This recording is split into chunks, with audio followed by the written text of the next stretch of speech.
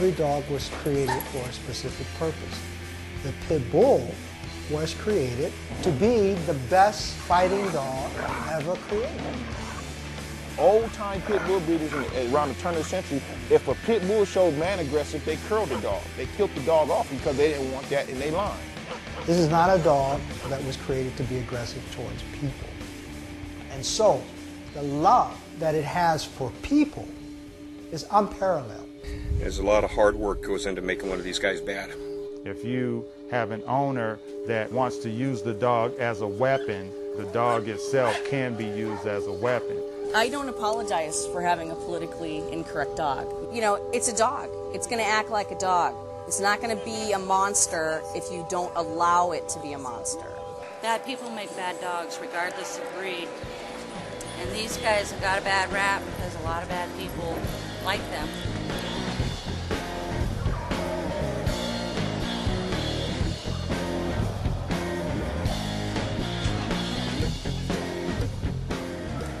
People come to dog shows to collect points that are awarded and titles on their dogs, and they want to prove that their dog has got what it takes to be All-American. One more and he gets his Spartan dog title, something you get when you champion out in all 4 events.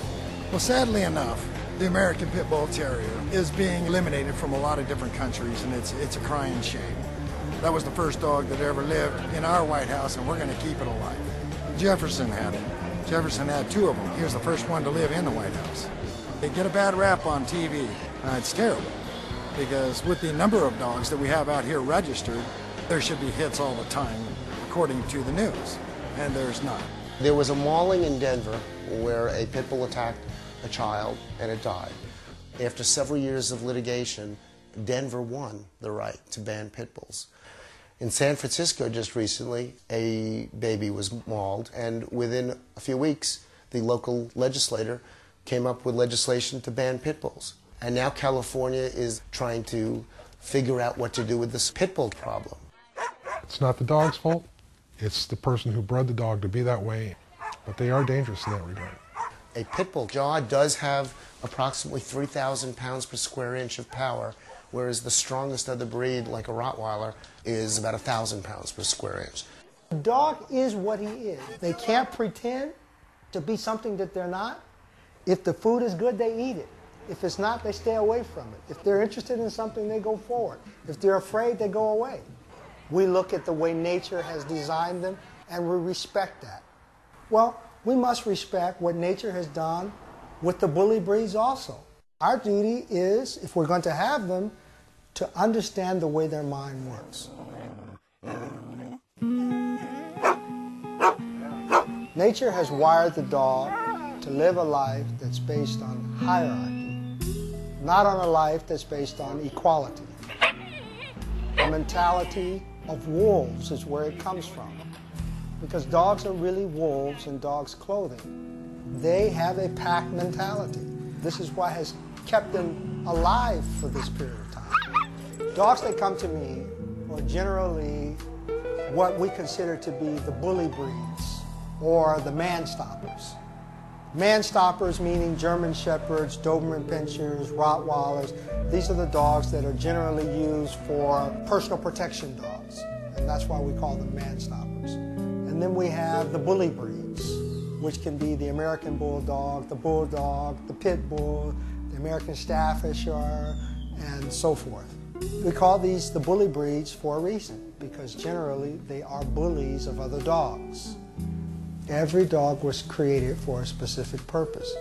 The pit bull, because it was not created to be a pack animal or a man stopper, it was not made to be aggressive towards humans. Pit bulls were created to be aggressive towards other animals. So then the question comes, then why are we having so many pit bull attacks? Why are pit bulls attacking people? Well, this is a dog that you have to make aggressive towards people. Because humans are used to personal protection dogs, they take a dog that is so beautiful, so menacing looking, they clip the ears to make it look more so, and they beef him up to make him look more dramatic, And then they teach him to be aggressive towards people.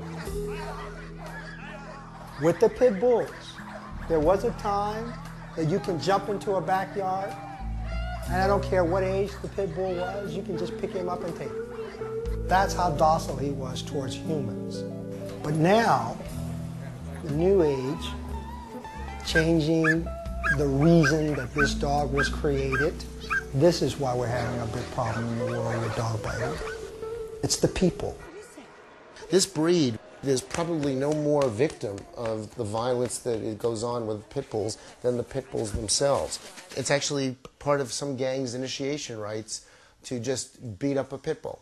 Pit bulls have a unique problem in the way that they've been bred in the last 400 years. Human beings started using animals to fight each other. Dogfighting, it grew out of contests that were held in Old England between dogs and other animals. And when those were outlawed in 1835, fights between dogs, as opposed to between dogs and a bear, became more popular. It's not normal that any dog fight its own kind to the death. That's abnormal in an evolutionary sense. It's anti-survival as far as a species is concerned. Pit bulls have been bastardized in the sense that they've taken that survival skill of the dog to show submission and thrown it out the window. I mean, if a pit bull shows a sign of submission, the other dog's going to kill it. And I think that leads the dog to fight to the point that it's beyond exhaustion, to accept injuries that other dogs would never submit to. So to breed that out of the dog is totally against nature. In the old days, we rarely heard about one of these dogs of this breed biting a person. And that was because the last thing you want when you've got two dogs in an arena is one of the dogs going after a handler or the referee, who are also in the same arena. These guys get right down up close with dogs where they can actually talk to them while they're involved in the fight. Yeah, make him cry, boy. Make him cry. Make him cry, Papa. Make him cry, boy. Yeah. So a dog that would, possibly turn and bite your face was not going to be tolerated. But you can't have it both ways forever. In the cases where we've had terrible maulings or dog bite-related fatalities, the highest percentage tends to be pit bulls or pit bull type dogs that have some fighting background. It's not the dog's fault. It's the person who bred the dog to be that way and conditioning it to be that way. I really worry about that kind of person being in society because there are clear connections between animal cruelty and abuse of people. We've tried to categorize dog fighters at the various levels. At the lowest end, but at the most prevalent end, is what we refer to as street level. Gang affiliated. There's a lot of that going on. Unfortunately, at these levels also, we tend to see dogs that are considered highly disposable. They can be had cheaply. And when you walk into an animal shelter these days and you see 50–60% being pit bulls, many with scars, open wounds, those are the dogs that are coming from that environment.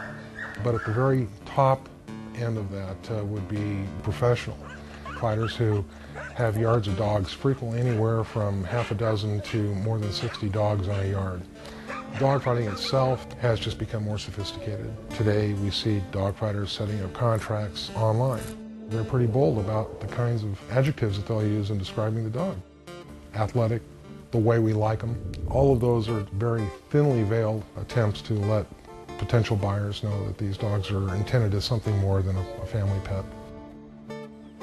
Fighting dogs are kept at the end of a chain, which is attached to a car axle stuck in the ground. And the dog spends most of its life walking around with the chain wearing down all the vegetation there. So very easy to spot from the air. The fights that they're involved with involve other nationally known figures. They're typically involved in high stakes, tens of thousands at the low end, hundreds of thousands into the high end. It's funny because when you go on a raid in one of these things, the dogs that you encounter on these fighting yards